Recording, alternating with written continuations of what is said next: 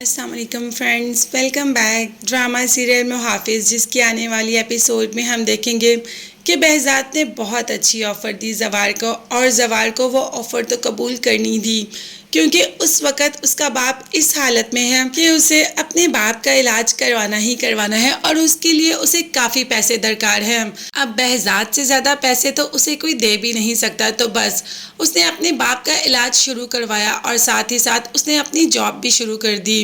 Behzad نے جب پوچھا کہ کیسا کام کر رہا ہے سکندر سے کہ زوار، تو سکندر نے کہا کہ اس سے کوئی بھی متاثر ہو سکتا ہے، وہ کسی سے متاثر ہونے والا نہیں اور اپنا کام بہت ہی اچھے طریقے سے کر رہا ہے۔ مگر بہزاد کو اپنی بیٹی کا بھی تو ہے نا، کہ تمہیں اس کا بھی تو پتہ ہے نا، پارس کا، وہ بھی تو بہت غصے میں ہوتی ہے۔ اب میری طرح کہیں زوار کو بھی غصہ ہی نہ دکھانا شروع کر دے، تو ایسے کیسے ہو سکتا ہے کہ پارس کے غصے سے کوئی بھی بچ پائے؟ پہلی بات کہ پارس کو یہ آدمی بالکل بھی پسند نہیں، مگر باپ کا چاہتے ہوئے اسے اس کو اپنا باڈی گارڈ رکھنا ہی پڑا۔ اب جیسے شاپنگ کے لیے جاتی ہے تو یہاں پر زوار کو کہہ دیتی ہے کہ تم نے تو کبھی اتنی مہنگی چیزیں دیکھی ہی نہیں ہوں گی اور نہ ہی پہنی ہوگی۔ زوار نے کہا کہ جی بالکل ٹھیک کہہ رہی ہیں آپ، کیونکہ مہنگے لوگوں کو ان چیزوں کی ضرورت نہیں، وہ کچھ بھی سستا بھی پہن لے تو وہ مہنگا ہی لگتا ہے۔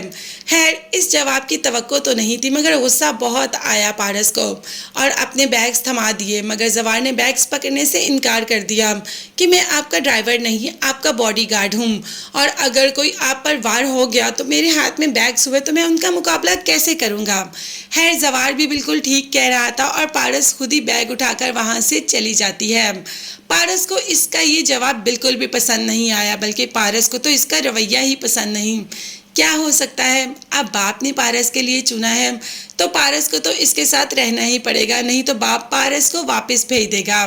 مگر پارس کا صرف ایک روپ نہیں، اور بھی کافی روپ ہیں، اور زوار کو سب سے اچھا روپ پارس کا یہ لگا جب وہ دوسروں کی دکھ میں دکھی ہو رہی ہے، دوسروں کو اپنے ہاتھوں سے اللہ کے نام پر دے رہی ہے، تو یہ روپ پارس کا کافی اچھا لگا زوار کو۔ جیسے ہی انسان ایک دوسرے کے ساتھ رہتا ہے تو اس کی چیزوں کا بھی پتہ چلنا شروع ہو جاتا ہے، اس کی نیچر کا، اس کی پسند ناپسند کا، تو جیسے آپس میں ایک دوسرے کے ساتھ رہیں گے ایک دوسرے کو کافی اچھا جان لیں گے۔ مگر ہاں، آفتاب کو زوار کا پارس کے قریب رہنا بالکل بھی پسند نہیں، تو بھائی آفتاب تم ہی باڈی گارڈ کی جاب کر لیتے۔